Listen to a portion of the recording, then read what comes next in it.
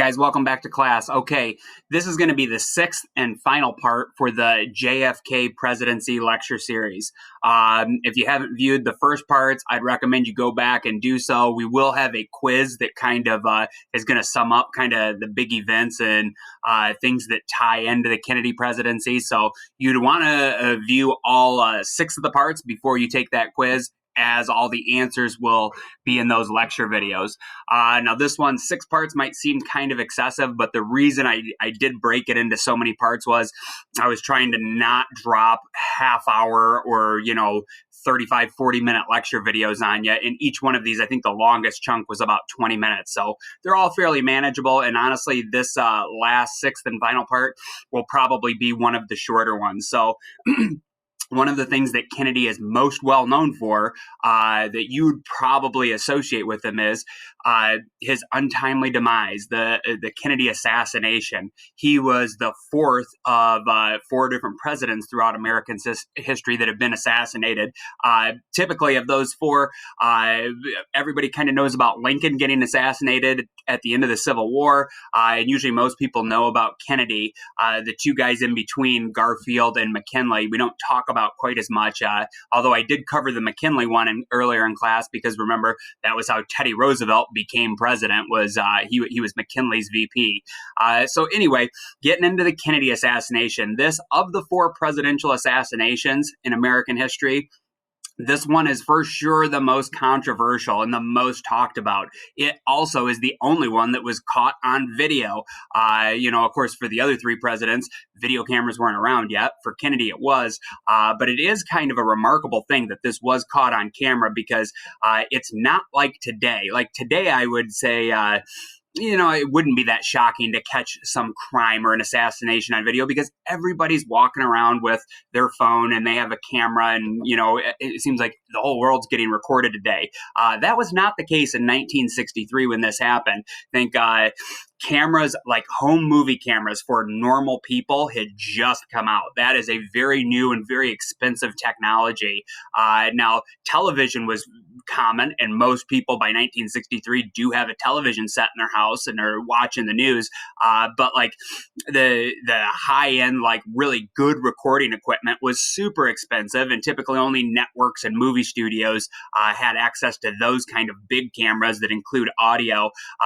But like the new at-home, video cameras, like the one his assassination was caught on, that was very new, and not many people had that technology. So it's very remarkable that this was caught on camera, and that the guy that was filming it, Abraham Zapruder, a dressmaker from Dallas, Texas, just kind of a normal, average guy, that when the chaos started happening, he didn't move around or lose it. He followed the president's car the whole time, which gives us some pretty solid evidence. And for this one, I'm going to hit in just the basic facts, the things that we kind of know, and the standard story for the Kennedy assassination in this chunk of notes. However, I think this is a topic that deserves us to spend a little bit more time on. So next week, we're going to revisit the Kennedy assassination specifically and get into, in more depth, some of the conspiracy theories. And we're going to watch a movie that ties into it that I think is very action-packed. And I don't know, the first time I watched the movie Parkland that came out on the 50th anniversary of the Kennedy assassination, man, it sucked me right in. And I think it's an outstanding movie. So we will revisit this topic and get into it a little bit more in depth next week. But the basic story for you. So the Kennedy assassination, he is beginning to campaign for re-election in Dallas, Texas. So we know by the time Kennedy's president, presidents are allowed to serve 2 terms in office. FDR was the only president that had been elected more than that. After he dies early in his 4th term, Congress passes an amendment to the Constitution, and now presidents are limited to 2 terms in office. So you can get 8 years total. Kennedy was in his 1st term still, right? And remember, going back to the notes where it was the election of 1960, he won a very, very close presidential election, maybe the closest one in American history. So it was not in the bag that he was going to get elected again.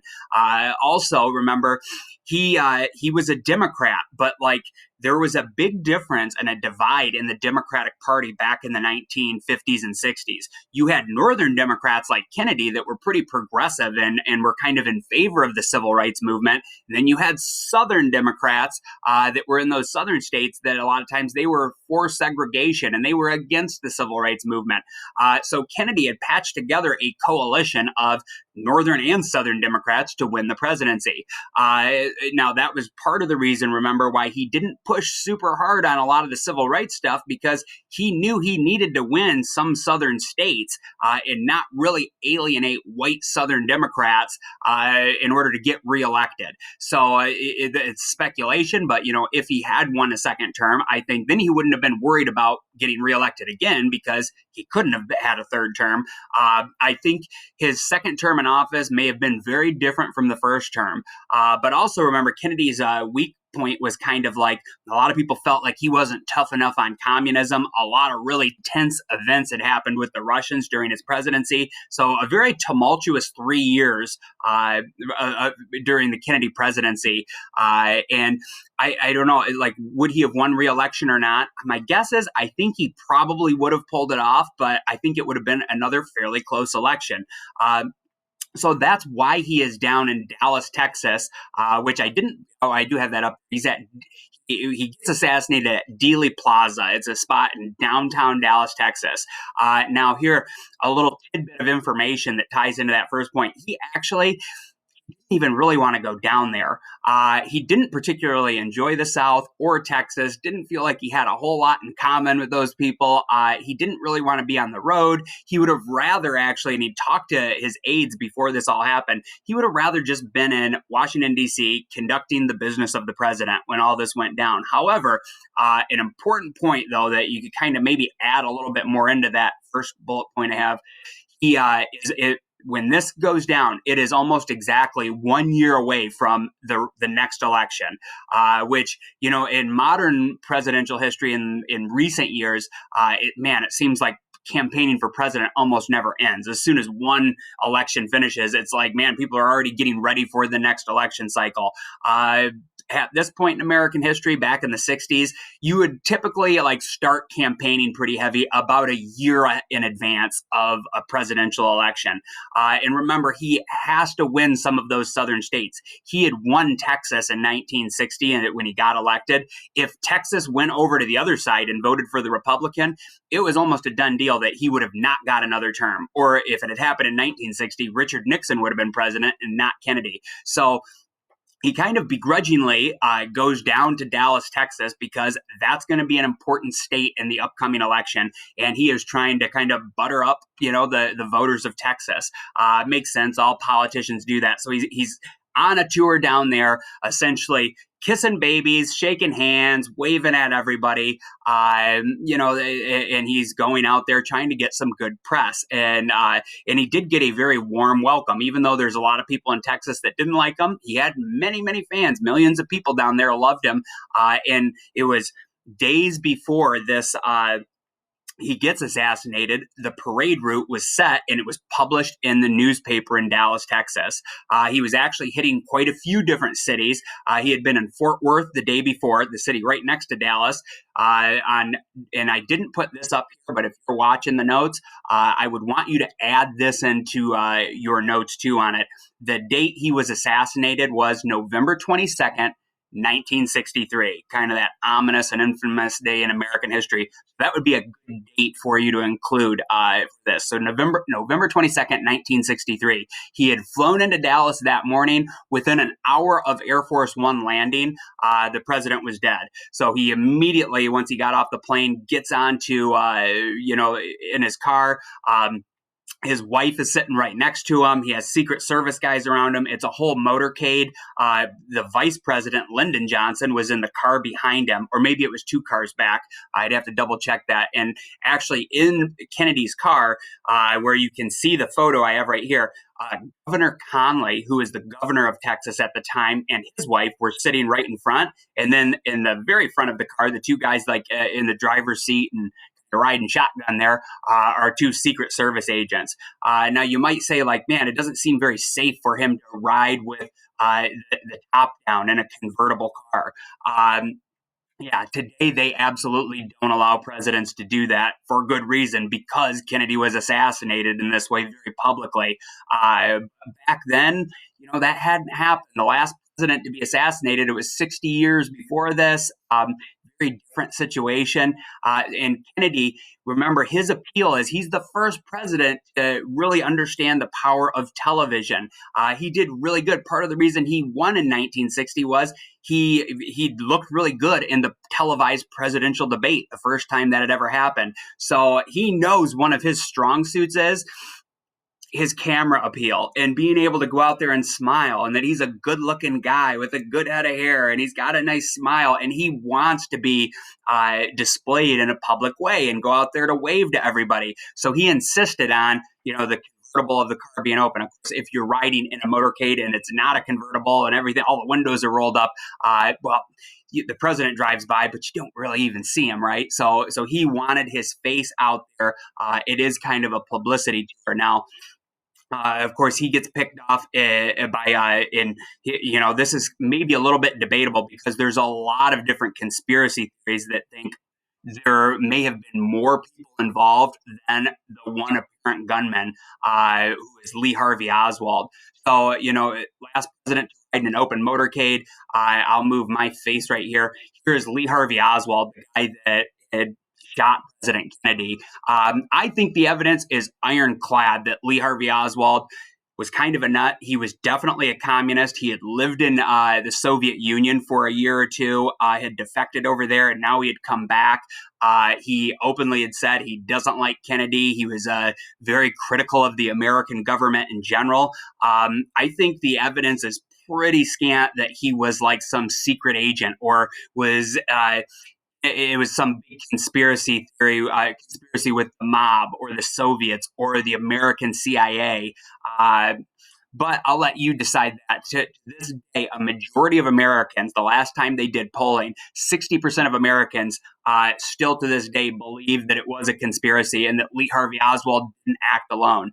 Um, there's one conspiracy theory that actually Mr. Fry introduced to me that I think holds weight. And I won't say that it's legit or it actually happened, but I will concede that there's one conspiracy theory I've ever heard that I would say it's a possibility. This one makes me think maybe this one went down.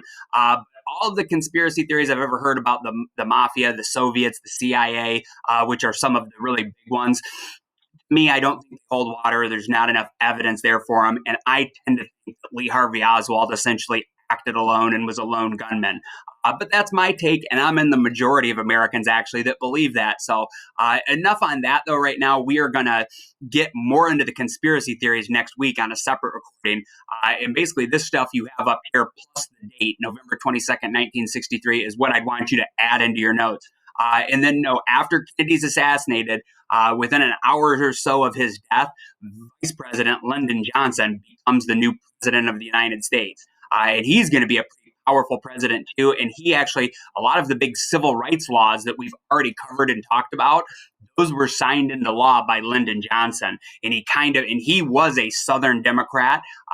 From what I know of him, he was kind of a racist guy. We'll get into that a little bit more. But at the same time that he had some old school racist views, he also very much pushed hard for the Civil Rights Act of 1964 and the Voting Rights Act of 1965. So I'll give him credit for that, even though by today's standards, you could definitely peg Lyndon Johnson as a kind of a racist, old school dude, and he was a Southern Democrat from Texas. I think in a lot of ways, he tried to do the right thing too, and he was trying to be progressive and make things better for Black Americans. And he did a lot of that, like kind of in the name of President Kennedy, and said, this is what Kennedy would have wanted, so I'm going to push his agenda forward even after he's died. Last thing for you now on this one, you don't have to write any of this down, but it was kind of an interesting thing. Sometimes I've heard comparisons between the Lincoln assassination and the Kennedy assassination, and there's a lot of really weird, eerie similarities there. Like one of the kind of superficial, kind of silly ones is Kennedy had a secretary named Lincoln, and Lincoln had a secretary named Kennedy. But a lot of weird coincidences there. I'm not getting into those today. Another assassination I actually did cover in class in kind of a big way. We spent a today on this was when Franz Ferdinand, the heir to the Austrian throne, when he gets assassinated in what was the city in Serbia, or that was kind of what ignited World War One. Anyway, that was because that was when we covered earlier in the year. I just wanted to real quick draw a few parallels. So if you only want the notes that you have to have for the quiz, you can stop the video right now. But for those of you that are kind of interested in weird little nuggets of history, check this stuff out. So both of them, Franz Ferdinand and Kennedy, were in open convertible cars. Both were killed by young men that had sided with the enemy. All right, they were kind of like politically opposed to him. Both had their wife sitting right next to him. Both had parade routes that had just been published in the newspaper a day or two before. So maybe that's not a great idea if you're a world leader. But on the other hand, if you don't publish the parade route and get it out there, you're not going to have crowds of people out there to watch you either, right? So kind of a catch-22 or a difficult situation there. Both of them had this happen at a very tense time in world history, and both were on a political trip where they really didn't want to be there. So anyway, a lot of similarities there. Now, of course, a big difference is Franz Ferdinand, in a way, his assassination sparked World War One and unleashed this whole chain of catastrophic events. Now, when Kennedy gets assassinated, what's the first thing you think most people would assume as far as who did this? I think we're at the height of the Cold War. We have all these tensions. There's so many things that had happened with the Soviets, and the Cuban Missile Crisis had happened a year before this, where the World War III almost broke out, and we had a nuclear exchange with the Soviets. Now, all that was narrowly averted, but most people immediately assume right when they hear this that, oh my God, the Soviets did this. Maybe they're getting ready to invade, because we knew that, like, if the Russians were going to attack America and start a big war, kind of common sense that one of the first things that it was assumed that they would do would be to try to assassinate a lot of our leaders to cause chaos. Conversely, if America was ever going to invade the Soviet Union, we probably would have done the same thing to them and try to pull off some assassinations. So, and both sides are spying on each other. The Cold War is still very, very tense in 1963 when this all happens. So a lot of people assume that, man, a war is going to break out. So think, on the one hand, it's just tragic that Kennedy gets assassinated. On the other hand, a lot of people are very concerned that, man, maybe this is going to lead to some catastrophic chain of events like the Franz Ferdinand one did. But fortunately, in the case of the Kennedy one, no war did break out right after it, because it ends up seeming like one lone gunman was responsible for it, and we could kind of, in some ways, put the matter to rest. But of course, it's still talked about a lot today, and more to come on it next week when we get into some of the conspiracy theories. And I'm going to show you some evidence that makes me think Oswald probably did act alone and was likely the only assassin out there that day gunning for the president. Okay, take care. Have a good day.